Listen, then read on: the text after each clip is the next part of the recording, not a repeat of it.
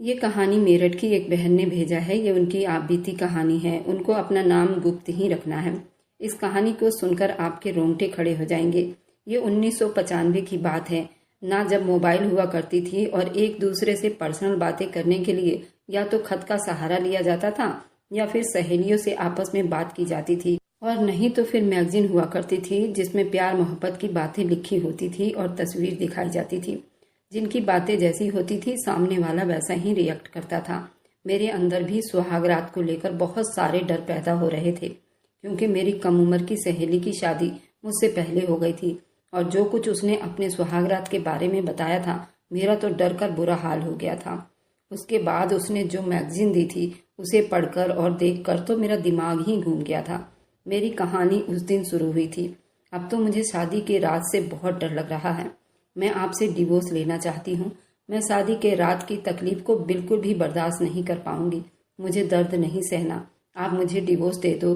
फिर मुझसे सतेंद्र कहने लगा, क्यों इतना घबरा रही हो दिव्या, कुछ भी नहीं होगा, तुम्हें थोड़ी सी भी तकलीफ नहीं दूंगा। ये कहकर उसने मेरे ब्लाउज को 2 भागों में। रिया, मुझे बहुत डर लग रहा है। मुझे तो ऐसा लग रहा था कि मैं अभी रो दूंगी। आवाज में मेरी बेचैनी, हिचकिचाहट थी। मैं नहीं जानती थी मेरे साथ क्या होगा। मेरी शादी हो गई थी, लेकिन विदाई से मुझे बहुत डर लग रही थी। रिया, मैं नहीं संभाल पाऊंगी। मैंने तो सुना है शादी के रात पति पत्नी के साथ मुझे ये बातें करने से बहुत डर लग रहा है। मैं शादी के रात के बारे में बहुत कुछ सुन रखा था। शादी के रात जैसे ही पति अपनी पत्नी के करीब आता है तो पत्नी को जब मुंह दिखाई देता है तो उसका दर्द संभालना बड़ा मुश्किल हो जाता है। इतना कि बर्दाश्त करना मेरे बस की बात नहीं। तुम्हें तो पता है ना, मुझे जरा सा भी मार लग जाए तो रोना आ जाता है और पति तो पूरे के पूरे मुझ में समा जाएंगे। मैंने जब से तुम्हारी शादी की कहानी सुनी है ना, मेरे तो सोच सोच कर ही रोंगटे खड़े हो रहे हैं। इस सब से मुझे बहुत डर लग रहा है। और तुम्हें पता है, मैंने एक कहानी भी पढ़ी थी। शादी की पहली रात ही पति ने लड़की के साथ सुहागरात मनाकर उसे अस्पताल पहुंचा दिया था और अगली सुबह तक उसे इतनी ब्लीडिंग हुई थी कि सुबह तक मर ही गई थी। और तब से तो मेरा दम ही घुट रहा है। और तुम्हें पता है, सतेंद्र भी बहुत गुस्से वाला दिखाई देता है। अगर मैं उसे मना करूंगी तो वो बिल्कुल भी मुझे नहीं छोड़ेगा और अपना हक वसूल करके ही रहेगा। अगर मेरे मना करने पर उन्होंने मुझे डिवोर्स दे दी तो मेरा क्या होगा। और शादी के बाद उसका प्यार सहकर भी मैं अस्पताल पहुंच गई और सुबह तक मैं भी मर गई, तो ये कहते ही मेरी जुबान कांप उठी थी।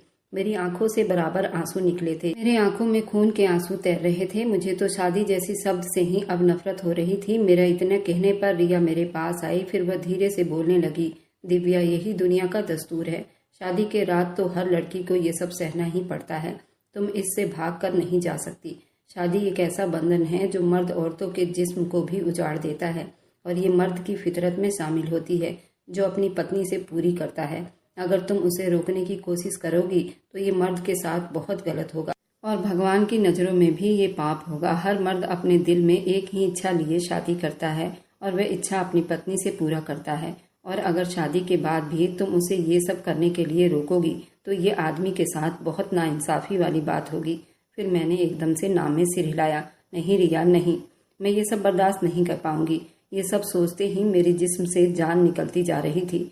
तो मैं कैसे उसके करीब जाऊंगी। जब वो मेरे करीब आएगा, मुझे छुएगा, मुझे चूमेगा, मेरे जिस्म पर हाथ रखेगा, मैं ये सब बर्दाश्त नहीं कर सकती। मेरी जान तो अभी से जा रही है और तुम हो कितनी आसानी से ये सब बातें कर रही हो। मुझे किसी तरह का मजा नहीं चाहिए और नहीं इस तरह का कोई प्यार चाहिए। मैं शादी जैसे रिश्तों को ही नहीं मानती।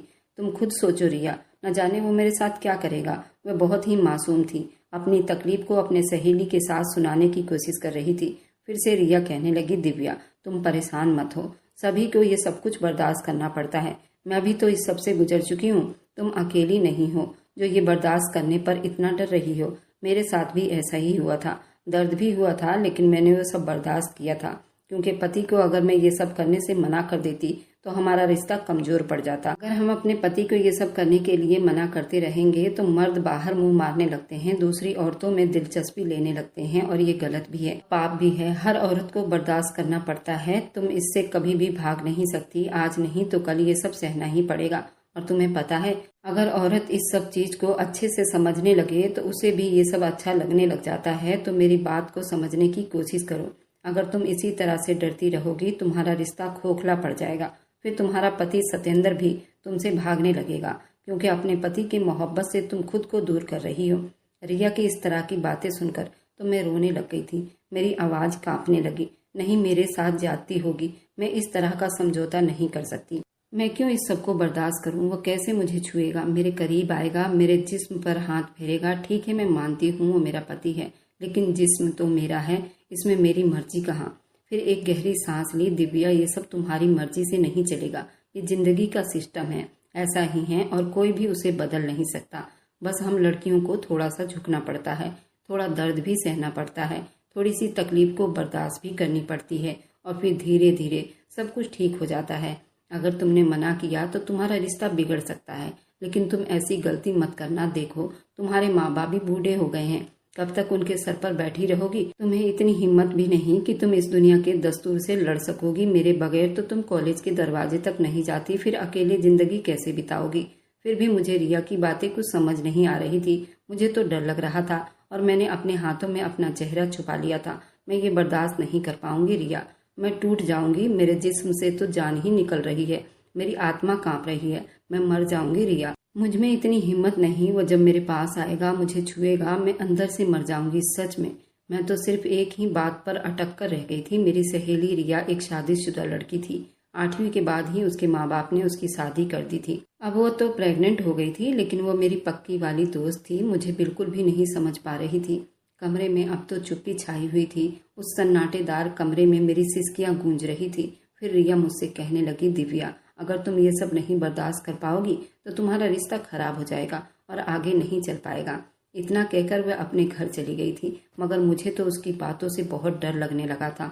वह मुझे और भी डरा कर चली गई थी। मैं तो अब बेड के किनारे पर पीठ लगाकर बिल्कुल चुप बैठी हुई थी और कमरे में पूरी चुप्पी छाई हुई थी। फिर दीवार पर लगी घड़ी टिक टिक की आवाज सुना रही थी। फिर मैंने अपनी सहेली का दिया हुआ वो मैगजीन निकाला, जिसमें उसने कहा था, इस मैगजीन को देख लोगी तो तुम्हें सब कुछ समझ आ जाएगा।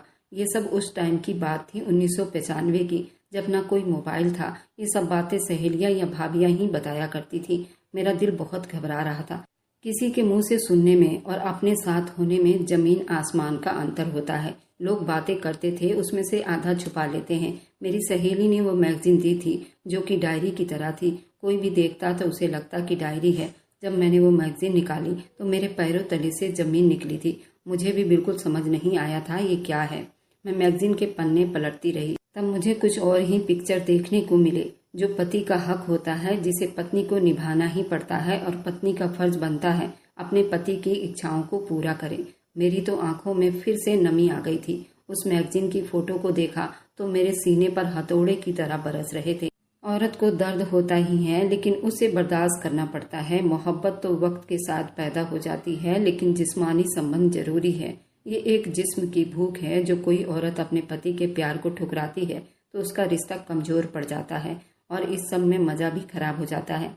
जिसने भी उसे इंजॉय की तरह महसूस किया, उसकी जिंदगी बड़े आराम से बीतती है, और जिसने उसे दर्द की तरह महसूस किया तो वह सारी जिंदगी तकलीफ में ही बिता देती है। ये पढ़ते ही मैंने उस मैगजीन को फेंक दिया और मैं तकिया में मुंह छुपाकर रोने लगी। मेरी हिचकियों की आवाज कमरे में गूंज रही थी। मैं बहुत ज्यादा डरी हुई थी। ना ही मैं अपने आप को समझा पा रही थी, ना ही अपने दिल की बात को किसी को बता पा रही थी। मैं तो यही सोच सोच कर डर में पड़ी हुई थी। 2 साल बाद जब मेरी विदाई होगी तो वो मुझे बिना कपड़ों को देखेगा ही। उसकी इच्छा को पूरा करना ही मेरा कर्तव्य होगा और उसके हर बात को मानना ही, उसके प्यार को सहना ही, ये सब एक औरत का कर्तव्य है। और ये सब मैं कैसे कर पाऊंगी? यही चीज तो मुझे बहुत ज्यादा तकलीफ दे रही थी। कुछ पलों के लिए तो मैं सिर्फ सर झुकाए रोती रही, जैसे दिल में एक बंद दरिया था जो अब बह निकला था। मेरी शादी को 2 साल हो चुकी थी, अब विदाई बाकी थी और मैं अपनी विदाई करवाकर अपनी जिंदगी बर्बाद नहीं करना चाहती थी। मैं विदाई नहीं लूंगी, मुझे दर्द नहीं सहना। मैं बार बार ये सब दोहरा रही थी, खुद को यकीन दिलाने की कोशिश कर रही थी कि मैं अभी भी अपने आप को बचा सकती हूँ। लेकिन सतेंद्र तो बहुत गुस्से वाला आदमी दिखाई दे रहा था। वह कैसे भला मेरी बात को मान सकता था? वह तो मुझसे बहुत प्यार करता है और मर जाएगा, लेकिन मुझे नहीं छोड़ेगा।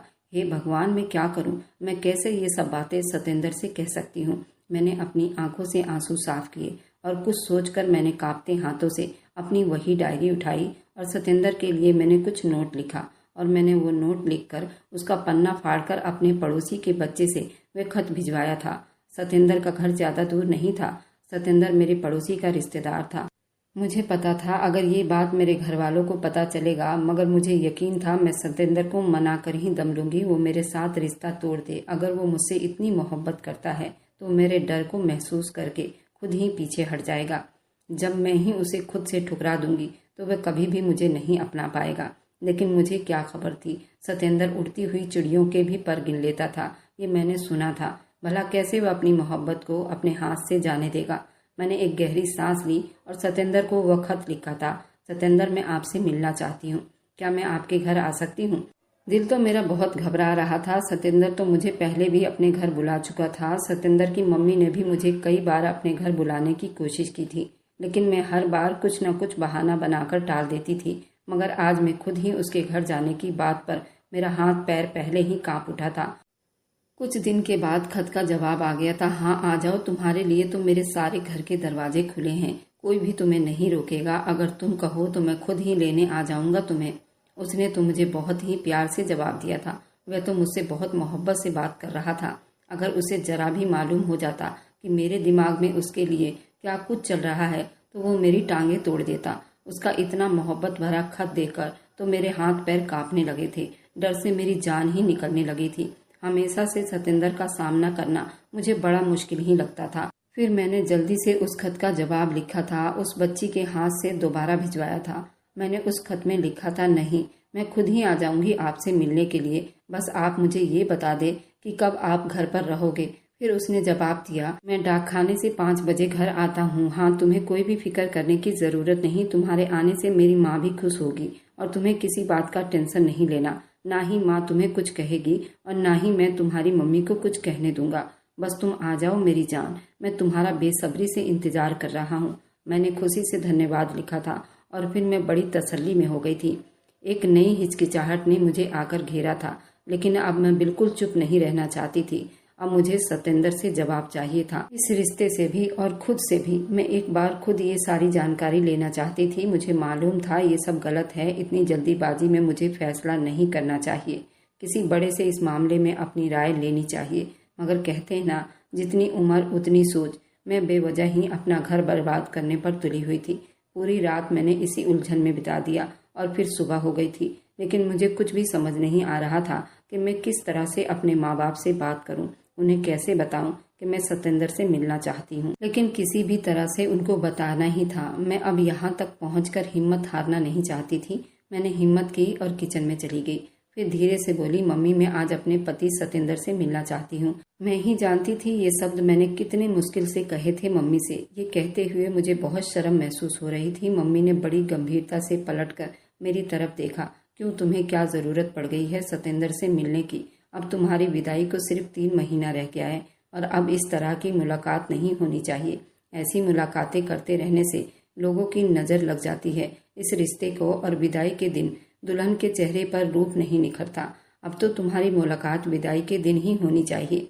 ऐसे में तुम अब बीच बीच में मिलती रहोगी तो भगवान न करे अगर तुम्हारे पति के जज्बात बहक जाए। इस मिलने जुलने के चक्कर में तुम प्रेग्नेंट हो गई तो हम किस किस रिश्तेदार को जवाब देते फिरेंगे। सारे लोग बातें बनाएंगे और सभी तुम्हें ही गलत ठहराएंगे। वह तो छुपे शब्दों में सब कुछ समझा गई थी। फिर मैं धीमी आवाज में कहने लगी, माँ, मुझे उनसे जरूरी बात करनी है। बस थोड़ा टाइम के लिए मुझे उनसे मुलाकात करने दो। उन्होंने मुझे 6 बजे का टाइम दिया है। मैं 2 घंटे बाद वापस आ जाऊंगी। मम्मी, प्लीज मुझे जाने दो। माँ परेशान हो गई थी। बेटा, तुम्हारे पापा नाराज हो जाएंगे। उन्होंने खुद ही कहा था कि अब तो विदाई के दिन नजदीक आ रहे हैं तो तुम उनके घर आना जाना नहीं कर सकती। बेटा, हम सब के परिवारों की इज्जत का सवाल है और मैं जो बात कह रही हूँ उस पर थोड़ा सा ध्यान दो। मर्द जात का कोई धर्म ईमान नहीं होता। तुम उसके लिए पवित्र हो और वे तुम्हारा पति है। अगर मन बहक गया तो सुहाग रात पर जो होना था वह अभी कर लेगा, और मैं नहीं चाहती विदाई से 3 महीने पहले किसी तरह की कोई बात सुनने को मिले। अब खुले शब्दों में बोल पड़ी थी और मेरे जिद के आगे वो हमेशा मजबूर हो जाती थी। लेकिन आज मैं मजबूर नहीं होना चाहती थी। मगर उन्हें क्या मालूम कि उनकी बेटी इसी मामले को ख़त्म करने जा रही है।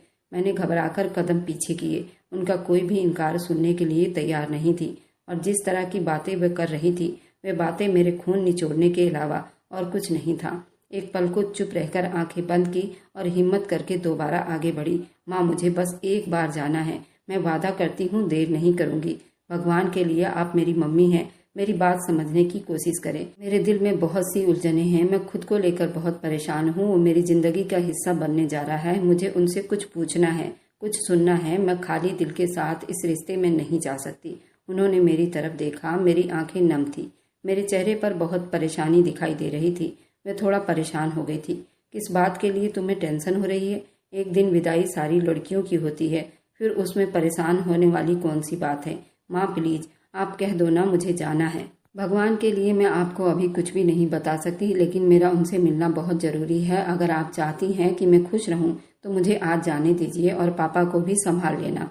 उन्होंने गहरी निगाह मुझ पर डाली थी, मगर मेरे चेहरे की हालत को समझते हुए उन्होंने धीरे से मुझे कह दिया था और गुस्से में कहने लगी, अच्छा जाओ, लेकिन एक बात कान खोल कर सुन लो। 6 बजे का टाइम है ना, तो फिर 7 बजे तक तुम घर पर होनी चाहिए। तुम्हारे पापा को कुछ पता न चले, इससे पहले तुम घर आ जाना। मैंने तेजी से हाँ में सिर हिलाया और माँ के पैर छुए। मैं वक्त पर आ जाऊंगी, आप बिल्कुल भी फिक्र मत करना। फिर मैं किचन से अपने कमरे में आ गई। अब वक्त यूं ही बीत रहा था। अब तो 6 बजने को आए थे और मैं धीरे धीरे दरवाजा खोलकर सर पर दुपट्टा लिए दरवाजा बंद करके गली के कोने पर खड़ी हो गई। मेरे चेहरे पर बहुत घबराहट थी, मेरे कदम तेज रफ्तार में चल रहे थे। इतनी देर में रिक्शे में बैठकर निकल पड़ी थी। रिक्शे में बैठकर यही सोच रही थी, ये शादी घर वालों की मर्जी से हुई थी। सबने यही कहा था कि जोड़ा बहुत खूबसूरत है, रिश्ता बहुत अच्छा है, मगर मुझे शादी के कुछ दिन पहले ही पता चला था कि ये इत्तेफाक नहीं था, बल्कि सतेंद्र ने मुझे किसी शादी में देखा था और मुझे देखते ही वही अपना दिल हार बैठा था। मुझे अपने दिल में बसा लिया था और धीरे धीरे करके अपने परिवार वालों को मनाकर हमारा रिश्ता तय करवा दिया था। मुझे तो ये जानकर बहुत अजीब सी खुशी हुई थी। कैसे होगा ये सब, जो किसी एक झलक को देखकर उम्र भर का फैसला कर बैठा है। मैंने सोचा था शायद यही मोहब्बत है और मैं बहुत खुशकिस्मत हूँ। शादी के दिन तो मेरे चेहरे पर बहुत खुशी थी, एक अलग सी चमक थी। मुझे तो लगा था अब मैं एक सुरक्षित मोहब्बत भरी जिंदगी की तरफ जा रही हूँ, मगर वे रात जब सतेंद्र ने शादी के बाद मेरे पास आकर कान में कहा था, वो ये था, मेरा बस नहीं चल रहा। मैं अभी अपने घर ले जाऊं और सारी रात तुम्हारी खूबसूरती को देखता रहूं, तुम्हें अपने सीने से लगा लूं, अपनी मोहब्बत तुम पर लुटा दूं, अपना एहसास तुमसे जोड़ लूं। लेकिन किस्मत है अभी सिर्फ तुमसे शादी हुई है, आगे की मुलाकात तो विदाई के बाद ही तय होगी। बस जल्द से जल्द तुम अपनी पढ़ाई पूरी करो ताकि मैं तुम्हें अपना लूं। मेरे अंदर कुछ टूट सा गया था। उस शब्द के बाद से मेरा सुकून गायब हो गया था। मेरी सोच पर एक बोझ आ गया था। मैंने महसूस किया कि शायद मोहब्बत की जड़ सिर्फ जिस्म की भूख पर रखी जाती है। वह एक बार फिर से अजीब सा महसूस करने लगी थी। दिल में सवाल उभरा, क्या यही जिंदगी है जिसका सपना देखा था? फिर जिंदगी यूं ही चलती रही। 12वीं के पेपर खत्म होते ही विदाई की बातें तेज हो गई। तारीख तय हो गई, सिर्फ 3 महीना रह गया था, मगर मेरे अंदर अब तूफान उठ चुका था। हर बीते दिन के साथ दिल घबराता था, दिमाग चकराने लगता। मुझे लगता जैसे मैं एक ऐसी दीवार की तरफ धकेली जा रही हूँ जिसके पीछे अंधेरा और आग है। मैं दिल में पक्का फैसला कर चुकी थी, मैं अब और ज्यादा चुप नहीं रहूंगी। रिक्शे में बैठे बैठे मेरे दिल ने तय कर लिया था कि मैं सतेंद्र के सामने खुलकर बात करूंगी। मुझे ये रिश्ता खत्म करना है, एक ऐसा रिश्ता जिसमें मेरी इज्जत ही सुरक्षित ना हो, वह जिंदगी का हिस्सा नहीं बन सकता। रिक्शा एक गली में मुड़ा, सामने का बोर्ड देखा, सतेंद्र का घर बिल्कुल पास में ही था। मैंने दुपट्टा ठीक किया, कांपती हाथों से गेट बजाया। मैंने अपनी घबराहट को छुपाने की कोशिश की और आंखें बंद की। खुद को आखिरी बार समझाया था, अब जो कुछ कहना है खुलकर कहना है, अगर डरूंगी तो सब कुछ बेकार हो जाएगा। ठीक है, अपने आप को संभाल लो, जो दिल में आएगा वही करूंगी। मैं जैसे तैसे खुद को समझाया था। एक रास्ता तय करने के बाद मैं उसके घर तक पहुंच गई थी। दरवाजे से अंदर आते ही दाईं तरफ एक बड़ा सा आंगन था, बल्कि सब कुछ किसी महल की तरह दिखाई दे रहा था। मैं रिक्शे से उतरकर ही कांपते कदमों के साथ आगे बढ़ी थी। मेरे दिल की धड़कनें अब बहुत तेज हो रही थी। मैं दिल में अजीब सी बेचैनी लेकर उसके घर गई थी। तभी सतेंद्र की माँ वहीं पर बैठी हुई थी। जैसे ही उन्होंने मुझे देखा तो वह मुस्कुराकर उठ खड़ी हुई। अरे दिव्या बेटा, तुम आ गई, वो मेरे पास आते आते कह रही थी। मैंने उनके पैर छुआ तो उन्होंने बड़ी प्यार से मुझे आशीर्वाद दिया। मेरे माथा चूमे मैंने उनका पैर छुआ। हे भगवान, तुम्हें नजर ना लगे, कितनी प्यारी लग रही हो। आज कैसे हमारे घर का चक्कर लगाया, मुझे तो यकीन नहीं हो रहा कि मेरी बहू मेरे घर आई है। उनका शब्द प्यार से भरा था। मैं घबराकर थोड़ा सा पीछे हुई थी और अपना सर झुका लिया था और बोली, आंटी मुझे सतेंद्र ने बुलाया था। मैं तो बात को गोल मोल घुमाकर बोल रही थी, सतेंद्र ने तो मुझे नहीं बुलाया था, मैं खुद वहां पर आई थी। लेकिन मैंने आंटी से झूठ बोल दिया कि सतेंद्र ने मुझे यहाँ बुलाया था। फिर आंटी ने मुझे सोफे की तरफ इशारा किया। बैठो बेटा, सब ठीक तो है ना? तुम्हारे मम्मी पापा कैसे हैं? मैं भी अब सोफे पर बैठ गई, मगर हाथ पैर कांप रहे थे। मेरा दिल जोर जोर से धड़क रहा था। जी सब ठीक है आंटी, वह बस मैं सतेंद्र से मिलने आई हूँ। उन्होंने कहा था 6 बजे तक तुम आ जाओ। फिर आंटी ने मुस्कुराकर कहा, हाँ वह कह रहा था कि तुम आओगी। अच्छा किया तुमने ये फैसला किया। मुलाकात का अपनी पढ़ाई को लेकर तुम्हें बात करनी होगी। तुम कर सकती हो, वो आखिर तुम्हारा पति है और अच्छा ही है। एक दूसरे की बातें समझ जाओ तो शादी तो हो चुकी है, बस तुम्हारी विदाई को 3 महीने रह गए हैं। अपने दिल की बातें एक दूसरे के साथ शेयर कर लिया करो, एक दूसरे को समझा दिया करो। मैं नजरें झुकाकर ना में सिर हिला दिया, दिल की बातें समझा करो। इस शब्द से मैं उलझन में पड़ गई थी। जिन बातों का आज मैं अंत करने जा रही थी, क्या वे दिल की बातें थी या फिर एक तूफान था जो सब कुछ बदल सकता था। फिर आंटी ने नरमी से कहा, चलो फिर जाओ, वह तुम्हारे इंतजार में है, अपने कमरे में ही है। तुम जाओ, मैं तुम्हारे लिए कुछ भिजवा देती हूँ। अब मैं धीरे से खड़ी हुई और अपने दुपट्टे को ठीक किया और हाथों की नमी को साफ किया। धन्यवाद आंटी, ये कहकर वहां से चली गई। सीढ़ियों की तरफ कदम बढ़ाते हुए मेरे पैर लड़खड़ा रहे थे। मेरे कदम के साथ मेरे दिल की धड़कन भी तेज हो रही थी। लेकिन मैंने आज फैसला कर लिया था कि मैं आज ये समस्या तय करके ही जाऊंगी। फिर मैं सतेंद्र के कमरे की तरफ पहुंच गई। मैंने एक पल रुककर गहरी सांस ली, फिर नरमी से दरवाजे पर आवाज दी। सतेंद्र की आवाज आई, आ जाओ। फिर मैंने दरवाजे को धीरे से खोला। कमरे में मैंने देखा तो वह सफेद कमीज में आधे बटन खोले हुए काफी हैंडसम लग रहा था। मुझे देखते ही सतेंद्र मुस्कुराया और जल्दी से खड़ा हो गया। आज मेरी जान को मेरी इतनी याद आ रही थी कि वो मुझसे मिलने के लिए खुद मेरे घर चली आई है। वह धीरे धीरे कदम बढ़ाता हुआ मेरे करीब आया और नरमी से वो मेरे कमर पर हाथ डालकर मुझे अपने पास खींच लिया। वरना तो कभी मेरी प्यारी धर्मपत्नी ने ऐसी कोई इच्छा नहीं की थी। तुम्हें पता है आज मैं कितना खुश था। मैं तो इतना खुश था कि उसकी कोई हद नहीं थी। मेरा दिल तो जोर जोर से धड़कने लगा। मैं बिल्कुल चुप खड़ी हो गई थी। सतेंद्र ने मेरे चेहरे को देखते हुए नरमी से कहा, तुम्हारे खातिर आज मैंने अपने डाकखाने में कई लोगों को मिठाई दे दिया। मैं आज खुशी से इतना झूम उठा हूँ। अब अच्छा बताओ, क्या बात करनी थी तुम्हें मुझसे? या फिर पहले एक काम करते हैं, थोड़ा रोमांस कर लेते हैं, उसके बाद तुम्हारी जरूरी बात भी सुन लूंगा। वो मुझे छेड़ते हुए मेरे गाल की तरफ झुकने लगा था, लेकिन मैंने जल्दी से अपना हाथ आगे करके उसे रोका था। नहीं सतेंद्र जी, पहले मेरी बात सुन लीजिए प्लीज, उसके बाद आपको जो करना है वो करें। मेरा सब दुखी में भीगा हुआ था और मेरी आवाज में अजीब सी कपकपाहट थी। सतेंद्र तो एक पल के लिए रुका था, फिर मेरी आंखों में झांक कर बोला, देख लो, जब मैं कुछ करूंगा तो तुम खुद शर्मा कर लाल पड़ जाओगी। मेरा चेहरा तो सच में शर्म से लाल ही हो रहा था। मेरी नजरें झुक गई थी। सतेंद्र तो मुझे देखकर खिलखिलाकर हंस पड़ा था। वह मेरे माथे को नरमी से चूमने लगा और मुझे प्यार से थामकर बेड की तरफ ले गया। मुझे बेड पर बिठाते हुए बड़ी गंभीरता से कहने लगा, चलो अब बताओ क्या बात है। मैंने सर उठाया और अपनी आंखें साफ की। अब यही वक्त था कि मैं अपने दिल की बात जुबां पर ले आती। वह एक ऐसी बात थी जो रिश्ता बदल सकती है और सब कुछ खत्म कर सकती थी। और आज मैं सब कुछ खत्म करने के इरादे से यहाँ आ गई हूँ। मैंने एक गहरी सांस ली और धीरे से बोली, सतेंद्र, मैं आपके पास बहुत उम्मीद लेकर आई हूँ। मेरी आवाज बहुत धीमी थी, जैसे अंदर ही अंदर कोई डर की बात कहने से रोक रहा था। बीच में कोई रोक टोक नहीं थी, बस वो मेरी तरफ बहुत गौर से देख रहा था। वो मेरी बातें सुनकर बिल्कुल उलझा हुआ था। फिर मैं धीमी आवाज में बोली, आप हमेशा कहते हैं ना कि आप मुझसे मोहब्बत करते हैं, बहुत चाहते हैं मुझे। बस शादी के रात भी आपने जो बात की थी वह सब बातें मुझे आज तक याद है। उस रात जब आपने मुझे कान में वह शब्द कहे थे, मैं हंसी नहीं बल्कि मैं डर गई। मैं आज सतेंद्र से कुछ छुपाना नहीं चाहती थी, हर बात खोलकर बता देना चाहती थी ताकि हर गलतफहमी आज ही खत्म हो जाए। मैं अपने पलके उठाकर सतेंद्र की आंखों में झांकने लगी, मगर मुझ में हिम्मत नहीं हुई। मैं अंदर डर कर चिपकी थी। सिर्फ मेरे भगवान ही जानते थे उस वक्त मैं कितनी हिम्मत करके वहां बैठी थी, अपने दिल का हाल सुनाने बैठी थी। मैं बिल्कुल साफ शब्दों में बोली, मुझे लगता है आप मेरे जिस्म और मेरे हुस्न से प्यार करते हैं।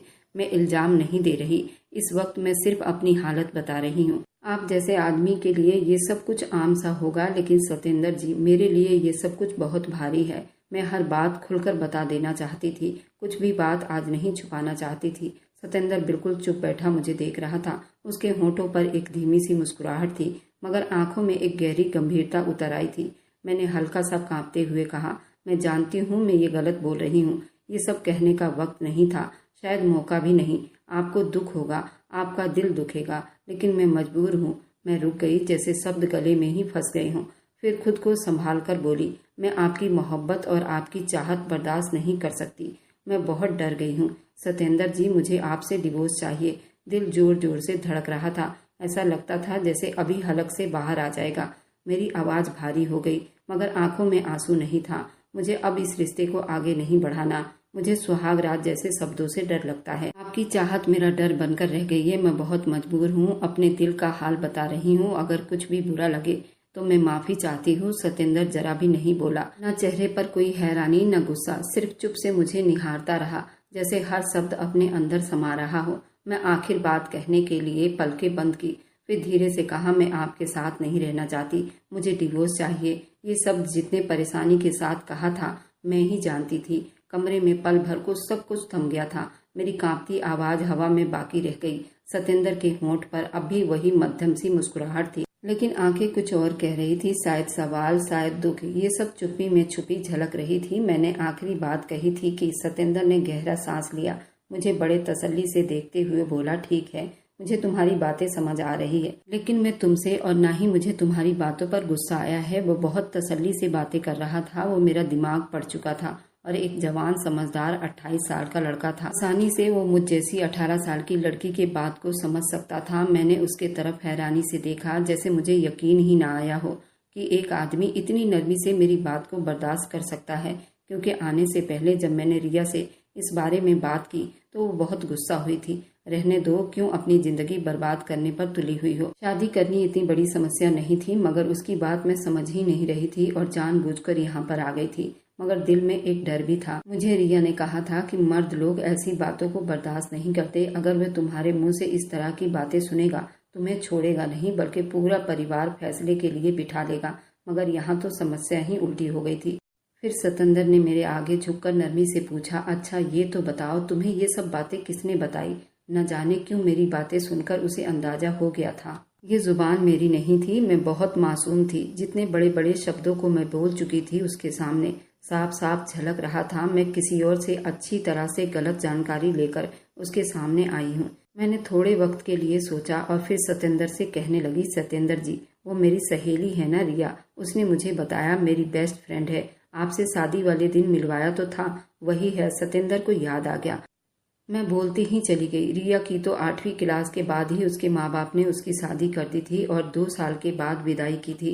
अब मेरी विदाई होने जा रही है, इसलिए मैं शादी के रात वाली रातों से डर गई हूँ। उसी ने मुझे बताया था कि शादी की पहली रात बहुत दर्द होता है, पति की बहुत सी मोहब्बतें सहनी पड़ती हैं। और मुझे देखिए, मैं तो जरा सी सुई चुभने पर भी जोर से चिल्ला उठती हूँ और उस तकलीफ को मैं बर्दाश्त नहीं कर सकती। और फिर आप जो मुझ पर पूरा हक रखते हैं। मैं ये कहते हुए झिझक कर रुक गई। मेरी बेध्यानी से ये शब्द मेरी जुबान से निकल चुके थे। जब तुम मुझ में समाओगे मैं कैसे बर्दाश्त कर सकूंगी उस तकलीफ को। मेरी बातें सुनकर सत्येंद्र बहुत जोर जोर से हंसा था। मैंने किसी तरह का कोई पर्दा नहीं रखा था, सिर्फ मेरी बातों पर उसे हैरानी हुई थी और उसे मुझ पर जी भरकर प्यार आया था। वह तो कुछ पल यूं ही हंसता रहा, फिर मुस्कुराहट के साथ मेरी तरफ झुककर बोला, सुनो, मैं आज तुम्हारे दिल से सारा डर निकाल कर छोड़ूंगा। ना ही तुम्हारे अंदर कोई डर रहेगा और ना ही तुम अपनी जुबान से डिवोर्स जैसी शब्द निकालोगी, ना ही तुम्हें कोई घबराहट होगी। मैंने तो उसके तरफ परेशानी से देखा, आंखों में उलझा था। कैसे सत्येंद्र जी, आप कैसे मेरे डर को दूर करेंगे? फिर सत्येंद्र ने प्यार से मेरे हाथों को अपने हाथों में लेकर कहने लगा, वैसे ही जैसे हर पति अपनी पत्नी को समझाना चाहता है। मैं सब कुछ तुम्हें कुछ कहे बिना ही समझा दूंगा। तुम्हारे हर सवाल का जवाब तुम्हारी आंखों में लिख दूंगा। मगर जब तुम इस सब के लिए तैयार हो जाओगी तब मैं और ज्यादा कुछ कहती। उससे पहले कि अचानक वो मेरे पास आया था। बेड पर हम दोनों के बीच थोड़ी सी दूरी होने के बराबर थी। उसके यूं में करीब आता देखकर घबरा कर पीछे हुई थी, मगर फिर सत्येंद्र ने अचानक मेरी कमर पर हाथ डालकर मुझे अपने बिल्कुल करीब कर लिया था। हम दोनों के चेहरे एक दूसरे की सांसों से दहक उठे थे। मैं कुछ समझती उससे पहले ही वो मेरी गर्दन पर चाहत से झुक गया था, जबकि मेरा पूरा बदन उसके मोहब्बत से ही कांप उठा था। जितनी प्यार से वो मेरी गर्दन पर झुका था वैसे ही मेरा पूरा बदन कांप उठा था। मैं तो उससे दूर होने की कोशिश कर रही थी, मगर अब उसके हाथ मेरी कमर पर किसी जादूगर जैसे धीरे धीरे चल रहे थे। जिसकी वजह से मेरा पूरा बदन बिल्कुल मदहोश होने लगा था।